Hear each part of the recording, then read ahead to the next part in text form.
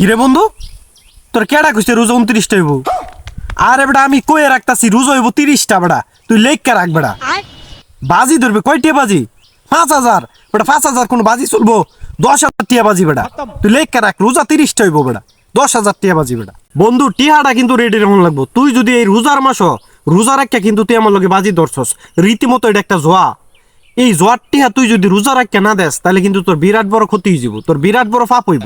টিহা তুই রেডি রাখবি। আমি কিন্তু হারার মালই না, আমি কিন্তু হারবই না, কোনোদিন আমি হারি নাই, কোনো বাজিতে আমি হারি নাই।